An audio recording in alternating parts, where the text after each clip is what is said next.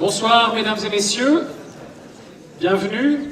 Alors j'essuie les plâtres de façon à convaincre, même avec désespérément, ceux qui sont encore au bar en train de boire des verres, de nous rejoindre dans la salle. Nous fermerons le bar, donc s'il vous plaît, rejoignez-nous. Et je suis très heureux de vous souhaiter la bienvenue pour cette soirée qui devient maintenant presque une tradition, celle de la préouverture ou finalement ouverture officielle de BD-Fil, le 9e du nom. Très heureux pour différentes raisons, parce que BD-Fil est l'un des premiers gros événements culturels qui se déroulent dans cette ville à la rentrée, au fond, après quoi qu'on ait précédé BD-Fil avec la projection des temps modernes ici même dans cette salle au Capitole, mais enfin voilà, comme événement festivalier, c'est BD-Fil quand même qui prime, et deuxièmement parce que, comme vous le savez, à la Cinémathèque Suisse et dans cette magnifique salle, on adore la bande dessinée, à titre personnel et de façon collective, et que le cinéma et la bande dessinée ont des liens assez intimes, même si finalement stylistiquement ils peuvent être assez lointains. Et on en aura encore une preuve aujourd'hui avec la projection, les projections qu'on vous propose tout à l'heure. D'abord un dessin animé, et là on va pouvoir peut-être parler du lien bande dessinée dessin animé, et de l'autre côté avec Scaramouche, l'un des plus grands films de KPDP de l'histoire du cinéma en absolu, et je vous garantis que le film vaut le détour. Alors, je ne suis pas là pour vous parler de bande dessinée, donc bientôt ce sera le directeur du festival qui va vous en parler, mais tout d'abord j'ai le plaisir et l'honneur de passer la parole à Grégoire Junot, municipal de la sécurité publique et du logement, mais aussi responsable et en charge des bibliothèques, de la politique du livre et des archives, ce qui justifie sa présence ici. Et je suis très heureux qu'il soit de nouveau parmi nous, parce que le Capitole, il le connaît bien. Comme vous le savez, pour les étrangers qui ne seraient pas lausannois, cette salle appartient à la ville de Lausanne, qu'il a cédée pour son exploitation à la Cinémathèque, et depuis le début, on vous remercie. Grégoire Junot.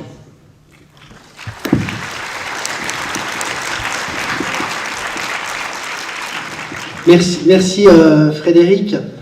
Bonjour mesdames et messieurs. C'est toujours un très grand plaisir effectivement de se retrouver ici dans cette salle. Chaque fois qu'on y vient, on se dit qu'on a bien fait de l'acheter et qu'on a bien fait aussi de la remettre à la Cinémathèque Suisse. Donc je suis très heureux au nom de la municipalité de vous accueillir ici, aussi au nom de la fondation qui œuvre à la réalisation de BD-Fil, pour ouvrir la 9e édition de ce festival, 9e édition qui fera la fête au 9e art, à travers 10 expositions et 70 auteurs jusqu'à lundi. Et puis les expositions, pour certaines en tout cas, se prolongeront au-delà. Alors entre l'espace Arlot et le Romandie notamment, vous pourrez découvrir des expositions variées qui, une fois de plus, vont mêler utilement et habilement des personnalités phares, comme l'invité d'honneur de cette édition Enrico Marini, ou Rosinski, à des dessinateurs travaillant sur d'autres registres et avec d'autres méthodes. Je pense notamment à Vandenbroek ou à Planchon. Les enfants ne seront pas oubliés, ils pourront se délecter d'une exposition jeu interactive et succomberont certainement aux effets visuels des flipbooks ou de la 3D, qui n'est pas qu'une affaire de cinéma. Je ne peux évidemment pas vous citer tous les noms des auteurs invités pour ce festival, toutes les initiatives qui y seront menées, mais je suis convaincu que la qualité de l'œuvre saura vous convaincre de passer un très long week-end de bande dessinée avec nous. Et j'aimerais ce soir remercier très chaleureusement Philippe Duvanel, le directeur du festival, toute son équipe, tous les bénévoles et l'association des amis de BD-Fil, qui sont évidemment là pour donner chair au festival, et sans qui ce festival n'existerait pas. Je vous remercie de les applaudir très fort. Merci beaucoup à tous ceux qui ont préparé cette édition.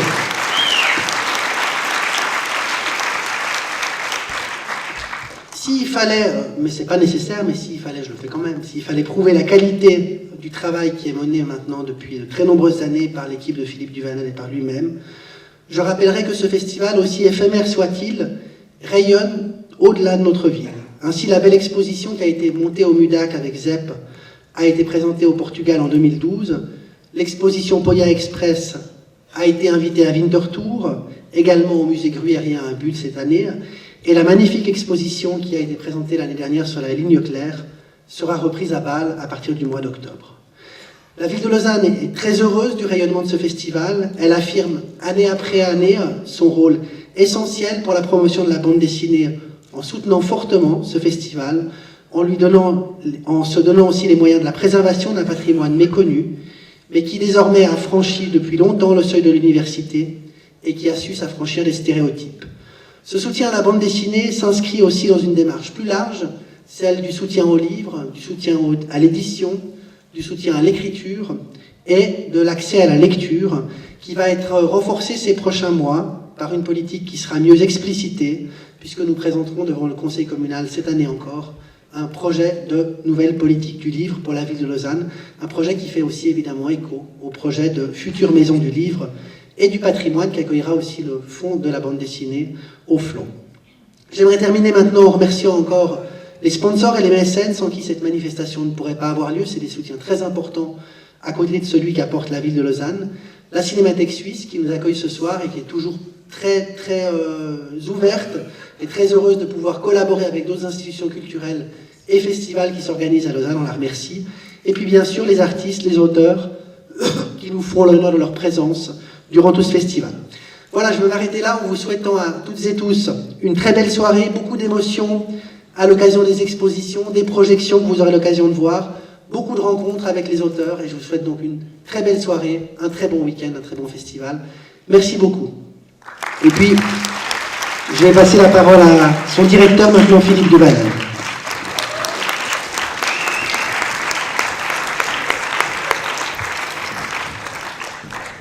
Bonsoir, merci beaucoup à vous toutes et vous tous d'être là. C'est toujours une grande émotion pour un événement qui se prépare une année. On me pose souvent la question, mais qu'est-ce que tu fais comme travail dans la vie? Je dis, je suis directeur artistique, entre guillemets, d'un festival. Ils disent, mais ça te prend une année?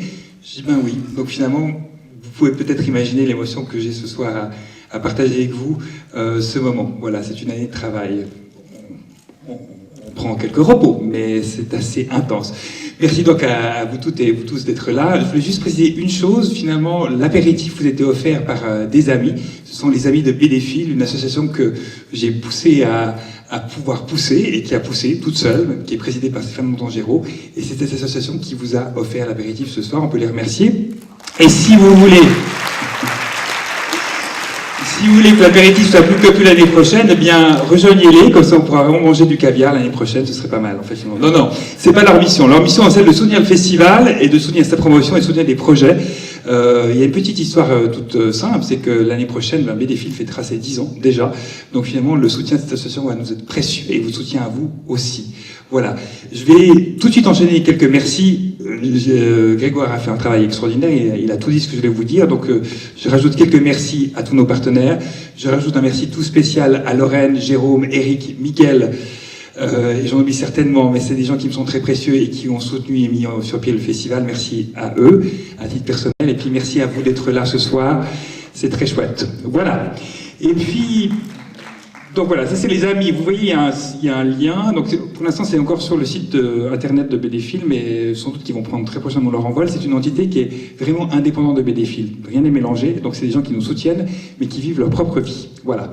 Alors, maintenant, c'est important, 9e édition du festival, 9e art. Il faut le savoir, la bande dessinée, c'est le 9e art.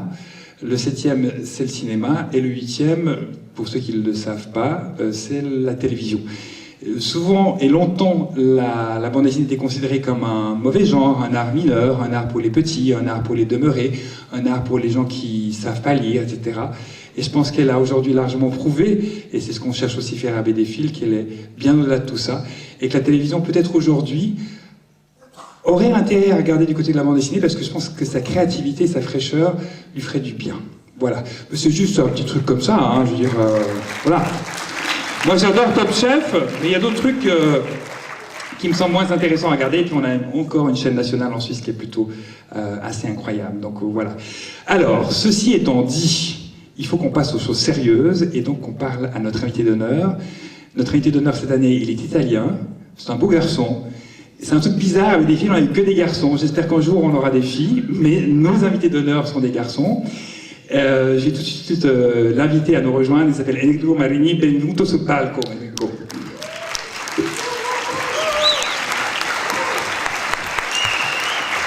Buonasera. Bonsoir. Bonsoir. Alors, italien d'origine, souvent les Suisses ont envie de dire mais il était à nous, Enrico Marini. C'est vrai qu'il est né en Suisse, c'est vrai qu'il vit à côté de Bâle, qu'il parle suisse-allemand, allemand, anglais, italien et français à la perfection. Mais Enrico, il tient profondément et fortement, il est italien. Alors, merci d'être là. Ouais, merci aussi de m'avoir invité. C'est un honneur. Donc, je suis étonné de me voir partout, de voir tous mes dessins. Partout, Vraiment partout. Et ça me fait presque un peu peur. C'est vrai? Ouais. Je vais avoir des cauchemars, je pense. Non. Non. Non, Mais je veux ce t-shirt. Pourquoi je l'ai pas, moi, finalement? Non, mais vous l'aurez, c'est sûr. Non, il n'y a pas de souci. Sinon, j'ai pensé ça, je pensais à l'imprimer moi-même. C'est Je me vrai. dis, si jamais vous n'avez pas les moyens, je peux l'imprimer. Ouais. D'accord. On a des pommes de terre, on a des couteaux, et puis on a des pots de peinture rouge, donc ça le fait Voilà. très bien. Oui, tout à fait. Voilà. Donc, au fur et à mesure qu'on discute, vous voyez l'œuvre d'Enrico Marini qui défile sous vos yeux. Le Scorpion, c'est le plus gros succès populaire de la bande dessinée francophone, on peut le dire. C'est l'une des plus grosses ventes aujourd'hui, et c'est aussi une série de qualité. Et puis Les Aigles de Rome, c'est sa toute dernière œuvre. C'est la seule œuvre, en fait, c'est sa première œuvre dont il réalise également le scénario. Donc, il est aux commandes du tout.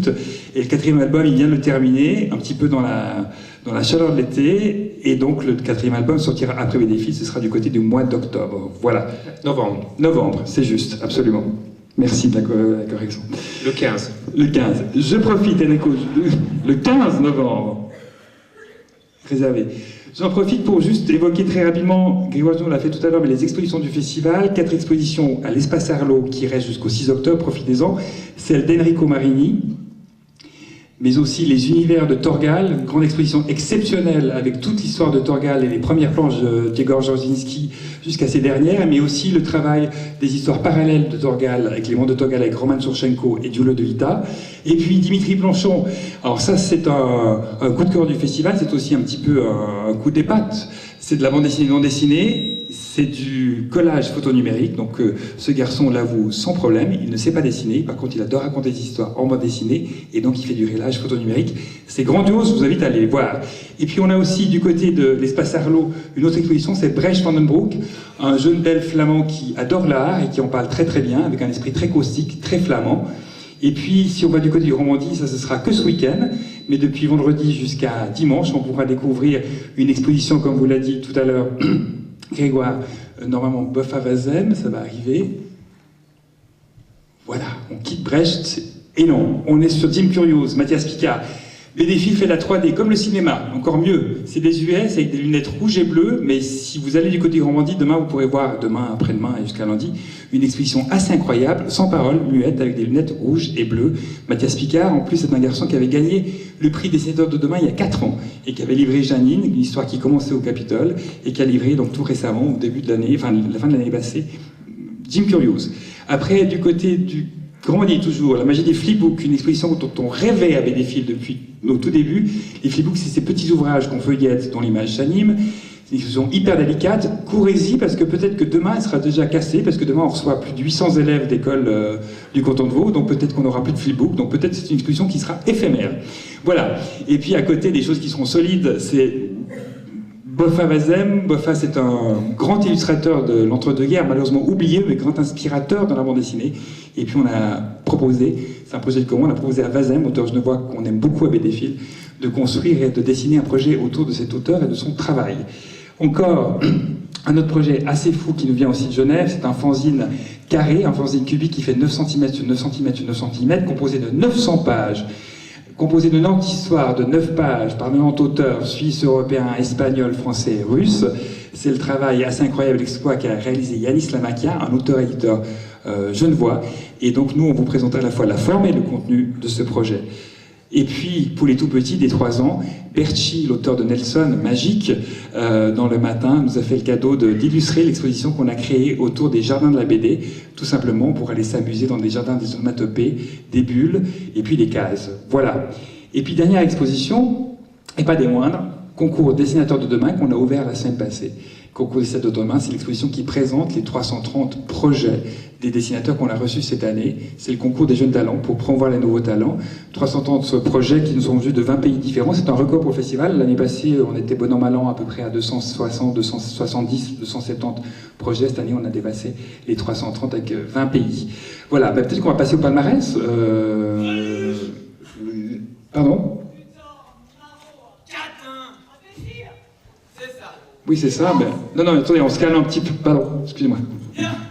Non, mais c'est gentil. Vous avez envie d'en découvrir encore ? Bon, très bien. C'est une soirée KPDP.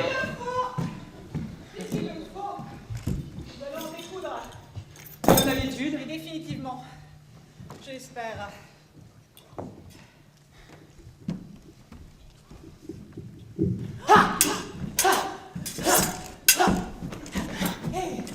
Ah, vos fesses sont toujours aussi agréables. Oui. Il a essayé de goûter à mon épée, monsieur. Folle. Vous commencez sincèrement à m'agacer. Puisque, comme d'habitude, vous êtes si prompt à enlever. Tant terminé. Je vais en faire de même. Et de faire vous. Je vous en prie. Et de vous faire goûter à mon épée, définitivement. Tiens-moi ça. Hé! Hé! Un petit peu de douceur quand même. Comme d'habitude.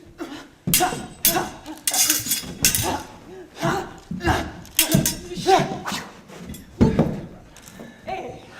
Renversant, non? Vous êtes très violent.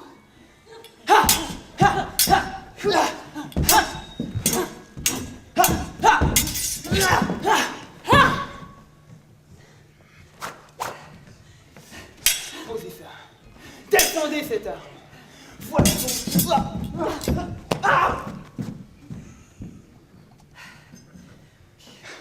allons finir. Madame. Monsieur. Alors, il suffit maintenant. Vous allez rentrer chez vous, prendre mon vêtement. Vous n'avez plus le visage. Et vous pardonner. Exactement. Au revoir, monsieur. Nous nous retrouverons. Avec plaisir, toujours. Bonsoir, on va juste rappeler, voilà, merci beaucoup. C'était Esther Frantis et Simon Fabre. Merci beaucoup de nous rejoindre sur la scène de l'école lausannoise des arts.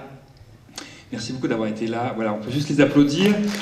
On les retrouvera pendant tout le festival pour un atelier. Voilà, excusez-moi. Esther Frantis et Simon Fabre. Merci beaucoup. Très beau combat. C'est à vous. Madame vous a mouché, visiblement. Voilà, on va quand même passer aux choses sérieuses. KPDP, soit, mais finalement aussi Laurier. Je vais inviter sur la scène Lorraine Bernard, qui est l'une des chevilles ouvrières de BDFIL aussi, qui était membre du jury cette année aux côtés d'Enrico Marini, qui l'a présidé, ceci aux côtés de Philippe Ravon, qui était le metteur en image de l'affiche d'Enrico Marini cette année, de Philippe Mury, journaliste à la Tribune de Genève, et du lauréat de l'année passée, Vincent Dupéret. Je vous parle évidemment du concours dessinateurs de demain. Voilà, on a décerné 3 prix. Le thème de cette année, c'était Nouveaux monstres. On pensait réellement avoir des univers complètement horrifiques, on pensait avoir des monstres, des choses un peu gluantes comme ça, eh bien pas du tout. La grande crainte des jeunes dessinateurs ou des dessinateurs de tout âge, puisque finalement ce concours accueille des gens de 15 à 66 ans, eh bien c'est pas des monstres gluants ou des monstres repoussants, et c'est bien le téléphone portable et les tablettes graphiques. Plus de 100 projets racontaient l'histoire d'une menace qui était celle d'un nouveau monstre, qui était le téléphone portable ou la tablette graphique ou Internet. Voilà. Le jury a beaucoup de peine pour se décider, difficile, 330 projets, tous, pas tous, mais enfin la plupart étaient relativement pertinents, pétillants. Il s'est quand même décidé pour 3 projets. Et donc on a un 3e prix ce soir.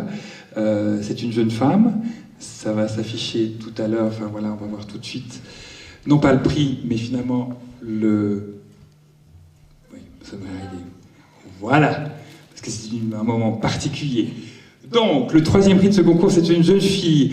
Je pensais qu'elle était suisse. Non, elle n'est pas suisse, elle est française. J'ai reçu son projet en main propre devant le bureau alors que je fumais une cigarette. Il s'avère qu'elle a gagné. Elle s'appelle Mélie Guernet. Elle est avec nous ce soir. On peut l'acclamer et l'applaudir. Si elle est là.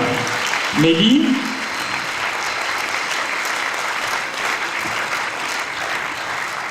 Elle est là, voilà. Bravo Mélie. Et puis il s'avère que Mélie, en fait, si j'ai confondu, c'est qu'elle habite en Suisse, elle vit en Suisse parce qu'elle a rejoint une école qui s'appelle l'ECAL, l'école cantonale d'art de Lausanne, où elle a étudié l'illustration et d'autres choses. Et elle a fait une planche assez incroyable, où il a désigné un monstre qui s'appelle non pas un téléphone portable ou tablette graphique, mais Ikea, c'est ça? Enfin... Exactement. Exactement. Bravo. Alors on a des fleurs pour vous. Merci. Un chèque de 1000 francs en Suisse, et puis...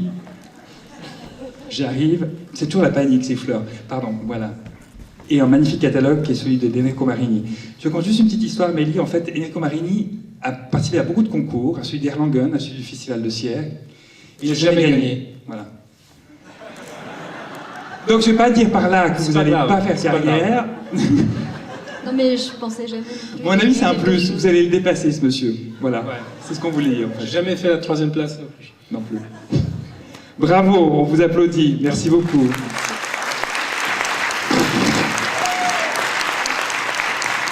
Merci d'être là. Vous voulez ajouter quelque chose? Merci beaucoup. J'aurais jamais cru gagner quelque chose. Merci, c'est très gentil, ça me fait très plaisir. Et nous aussi. Bon succès et bonne suite. Bravo. Merci.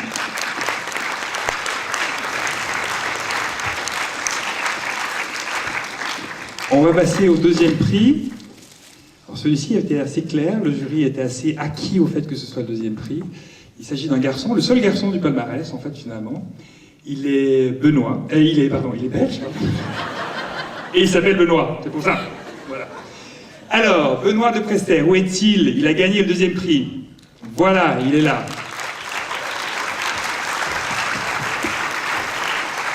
Alors Benoît, c'est le plus âgé du trio, il avait 28 ans la semaine passée, il a 29 ans cette semaine, c'est ça? Voilà, donc fêté il y a 2 jours, voilà. Bravo, avec une très belle planche. Quelques mots, Benoît? Merci beaucoup et longue vie au festival. Vous venez d'où en Belgique? De Bruxelles. C'est vrai? Oui. Vous m'avez pas dit ça. De la banlieue en fait, de Wavre, mais je dis Bruxelles parce que Wavre personne ne connaît. Ouais. Non, on connaît pas du tout, on aime. Bravo, le catalogue de Enrico Marini et votre prix 1500 francs. Bravo. Bonne suite. Merci.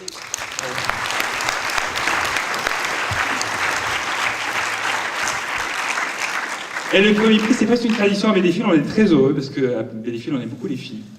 On pourrait s'appeler Bédéfil à quelque part, mais enfin voilà, on s'appelle Bédéfil comme Festival International de Lausanne. En fait, Bédéfil, c'est l'acronyme de BD Festival International Lausanne. Que vous le sachiez, voilà. Et puis ça fait un joli jeu de mots parce que Bédéfil, enfin bon, vous ne la faites pas. Bref, voilà. Le premier prix. Alors, jury, ravi de ce premier prix? Toujours, c'est bon? On l'attribue ou bien on n'en attribue pas? Bah oui, bah ouais, bah oui. Bah oui. Marion Barrault, française, bravo!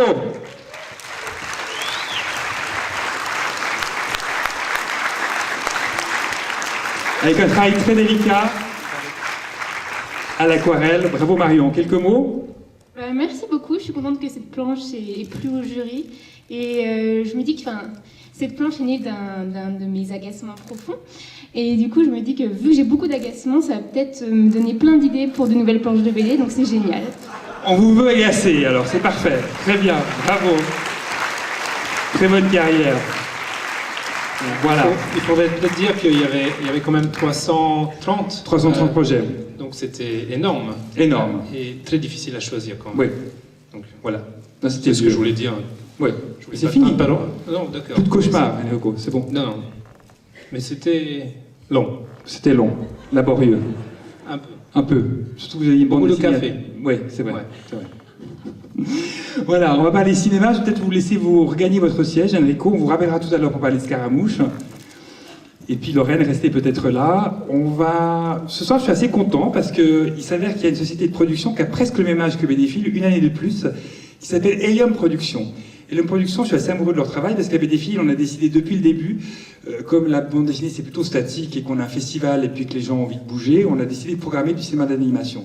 C'est relativement proche de la bande dessinée, mais le cinéma d'animation c'est encore plus difficile que la bande dessinée parce qu'il faut dessiner nombre d'images pour faire une seule seconde de réalisation.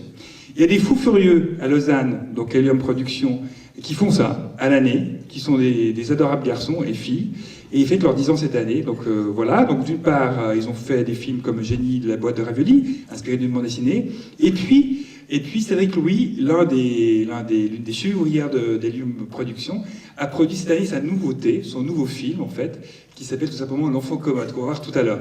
Mais d'une part, maintenant, j'ai envie d'accueillir Cédric Louis et Claude Barras, qui sont les deux têtes pensantes d'Helium Production. Voilà, on va les recevoir.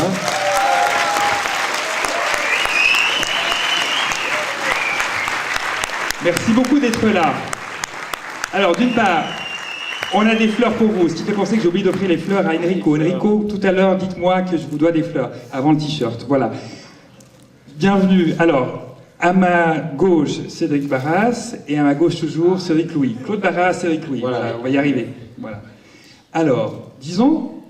10 ans, oui, on les a pas vus Alors, passer. regardez le public, venez un petit peu pardon, on regarde le public, on a peur. Oui, alors oui, 10 ans qu'on n'a pas vu passer, ouais, qui sont passés comme une flèche. Voilà, 10 ans ensemble, pas ensemble, à nouveau ensemble. 10 courts-métrages à peu près, le premier Voilà. qu'on a réalisé ensemble. Pas tout le monde vous connaît, hein, donc... Non, c'est vous en 10 veux pas. Voilà, il y a 10 Pas 10 ans. minutes de promo, mais 1 minute de promo, allez-y, à fond. Ah, carrément, là. Ouais. On a commencé, on s'est rencontrés à Lausanne, on était sans doute tous les deux un peu désemparés, et on a décidé de se lancer dans l'aventure Banquise, qui a pas mal Qui a fonctionné, très bien marché. qui a été à Cannes. Multiple récompense à Cannes, Voilà, notamment, voilà. et ailleurs. Et puis après on a eu envie de continuer, Claude s'est découvert une passion pour le volume, qu'il n'a pas lâché. On a eu l'occasion de faire 2 films en volume. Et puis là, pour celui-là, on est revenu au dessin, et donc ça tombe bien pour BD-Fil, vu que là, on est vraiment dans l'univers du dessin. Il y a beaucoup de traits dans le film, si jamais. Oui, il y a énormément de traits. C'est vrai qu'on a fait un premier film tous les deux, les dessins, l'animation. On a commencé à collaborer avec des gens pour le son et l'image. Et maintenant, on a un petit studio, on est 6 associés. Et voilà. Il faut que des belles choses. Continuez à parler, j'ai juste un truc à aller chercher, c'est d'accord. ridicule, vous verrez, je l'ai confectionné Oui, cet après-midi, mais... allez-y, monsieur Duverner. Voilà. Alors, je voudrais profiter de l'occasion pour saluer toute l'équipe du film. C'est un gâteau. Oh, c'est magnifique. C'est un gâteau. Il y a un c'est vrai bien. gâteau, et puis ça, c'est moi qui l'ai peint cet après-midi. c'est joli. J'avais autre chose à faire, mais je me suis dit, je fais ça. Mais quel talent. On le met là, Ah oui, c'est pour les 10 oui, ans. c'est bien. Et puis on va chanter Happy Birthday, hein. On y va. On va chanter. Happy Birthday to you. Ouais. Je suis super suivi là. To you. Happy Birthday to you, Elium. Happy Birthday to you. Voilà. Merci. Voilà. Donc je ne sais pas si l'équipe du film peut se lever, s'il vous plaît. Lynn, Ellie, Johan, Aurélie, et je vais certainement en oublier, mais ils ont l'habitude. Jean. Jean.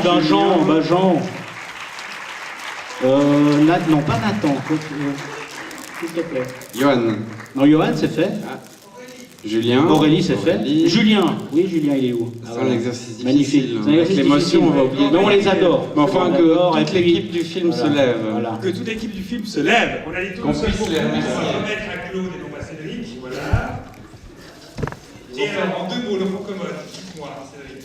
Alors, l'enfant commode, c'est une petite tragédie, une micro-tragédie mélancolique comme on en a le secret. Je crois que ça nous ressemble pas mal à Helium. On aime bien le genre. Je ne vais pas vous en raconter trop parce que, voilà, je pense qu'il faut le découvrir.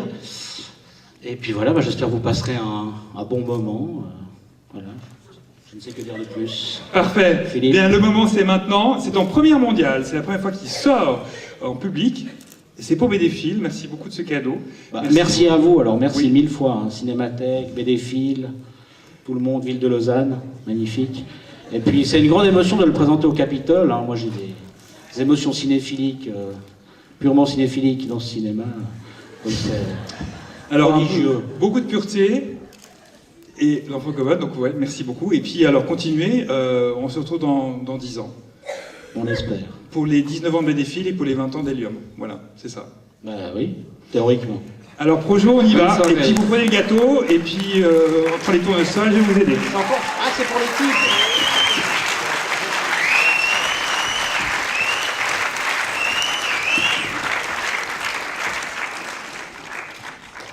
Merci beaucoup Helium Productions. Et puis si vous avez beaucoup aimé, et même beaucoup aimé, sachez qu'on a offert une carte blanche à Helium Film au festival. Donc pendant les 4 jours du festival, Helium Film présente le meilleur du meilleur de sa production de ces 10 dernières années, ainsi que quelques coups de cœur pour leurs collègues. Voilà.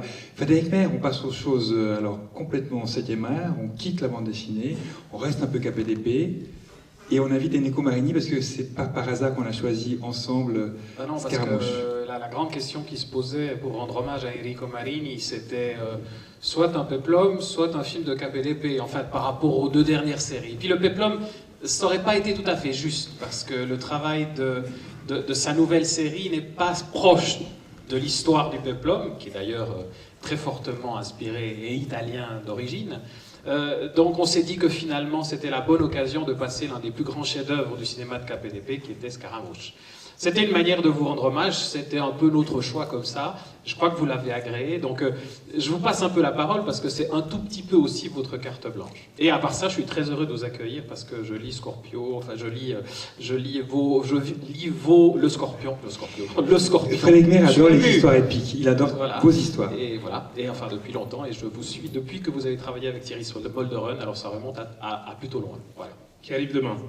Qui arrive demain, Qui arrive demain, absolument, il arrive demain, ouais. Et puis, je rajoute juste une petite couche, parce que finalement, il faut quand même le dire, Enrico Marini, comme beaucoup d'auteurs de bande dessinée, est fasciné par le cinéma, il est incollable, c'est une anthologie, une bible.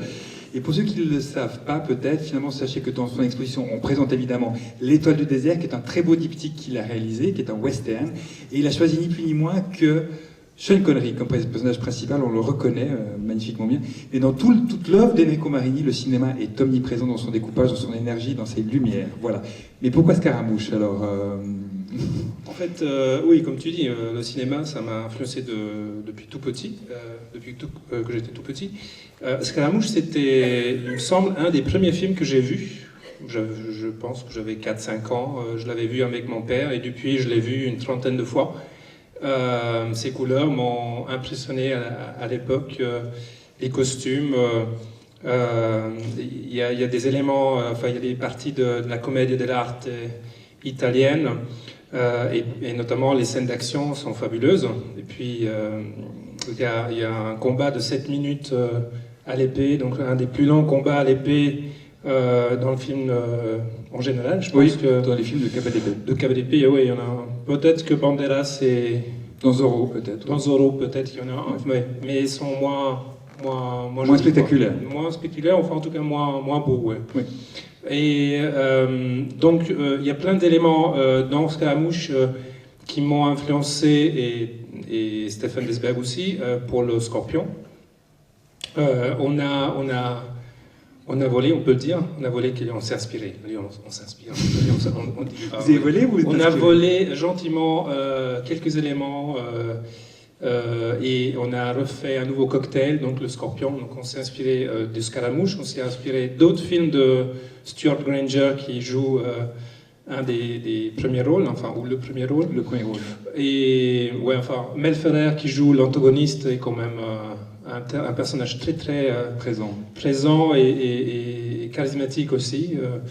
Ça pourrait être très bien, à mon avis, presque un méchant à la James Bond, quoi, parce qu'il a, je trouve, enfin en tout cas la psychologie de ces deux personnages sont très intéressantes, vu qu'ils sont liés par le passé. Et voilà, donc il y a plein d'éléments qu'on a repris, puis aussi dans les films comme Moonfleet ou des films de Rolf Lynn, on était cherchés parce que c'est des films que nous avons vus quand on était plus jeunes, et donc voilà, c'est comme ça qu'est né le Scorpion. Donc le Scorpion doit aussi pas mal à Scaramouche. Et puis George Sidney, qui est le réalisateur, enfin qui était le réalisateur de ce film, qui venait plutôt de la musique, enfin des musicals, enfin les comédies musicales, à mon avis a tourné les deux plus beaux films de KPDP, Scaramouche et sa version des Trois Mousquetaires avec Gene Kelly, qui était censé d'ailleurs à jouer le rôle de Stuart Granger. Donc ça aurait donné, je pense que ça aurait donné un beau film aussi. Donc, mais j'aime beaucoup cette version et voilà, j'espère que ça vous plaît aussi. Voilà. On se réjouit. Si jamais vous êtes après la séance pour répondre à toutes les questions, parce que vous êtes apparemment incollable sur le film, c'est ça, Enrico? Quoi, j'ai déjà répondu à toutes les questions? Non. Ce que je me dis, c'est qu'on pourrait peut-être faire un petit... Ah oui, on peut, oui, bien sûr. Bien sûr. Allez-y. Non mais voilà, et puis donc en fait, pour resituer, donc finalement c'est un objet qui provient évidemment de la collection de la Cinémathèque suisse, qui est en Technicolor, qui est de très bonne qualité, qui est en version originale, donc qui est en anglais sous-titré français, c'est ça, Frédéric? Absolument, et depuis, ça fait longtemps qu'on n'a plus projeté de 35 mm dans cette salle, donc on est très heureux de pouvoir le projeter en 35, sauf erreur. Enfin, j'espère que c'est pas excès numérique, mais c'est bien ce que je crois. Ce sera du 35, on vérifiera. Vous sentirez bien la vibration du 35 et vous excuserez peut-être les quelques poussières et quelques petits dégâts qui peuvent rester sur la copie, parce que en effet, on n'est plus tellement habitué de voir des copies physiques analogiques dans cette salle de cinéma, puisqu'on projette de plus en plus de numérique. Par rapport à George Sidney, à peu près tout dit ce que je voulais dire. Je voulais juste ajouter une petite chose sur George Sidney. Par rapport à la manière dont le film a été fait, c'est qu'on ressent profondément que George Sidney n'était peut-être pas un très très bon metteur en scène de comédie musicale, mais par contre, il a appliqué au fond la manière de filmer de la comédie musicale. D'ailleurs, c'est pour ça qu'il voulait continuer à travailler avec Gene Kelly pour le rôle de Scaramouche, à l'intérieur du film de KPDP. Et c'est cela peut-être qui rend ce film si extraordinaire, de même que Les Trois Mousquetaires, vous l'avez dit, c'est-à-dire parmi les plus grands films de l'histoire de Hollywood dans le genre KPDP, ou Swashbuckler, comme disent les Américains. Merci beaucoup. Alors, quelques fleurs, celles que j'avais oubliées pour vous. Ah, c'est super. Pour le scorpion. Où est-ce que je me fous de ça maintenant? Je pense que vous avez une baignoire dans votre chambre d'hôtel. C'est pas des fleurs, c'est une arme. C'est une arme, c'est un fleuret. Au nom de la Fondation Lausanne pour le rayonnement de la BD, qui est l'entité qui chapeaute, avec plaisir, qui chapeaute l'organisation de BDfield, des amis de BDfield, son association, des bénévoles, ils sont plus de 140, merci d'être là. Je sais que vous êtes dans la salle, je vais vous revoir demain. Et puis de tous ceux qui aiment la BD, je vous souhaite un très bon festival. BDfield, c'est pendant 4 jours. De demain à vendredi 10h jusqu'à lundi 18h, c'est lundi du jeune jaune de tarte au pruneau, mais aussi de BDfield.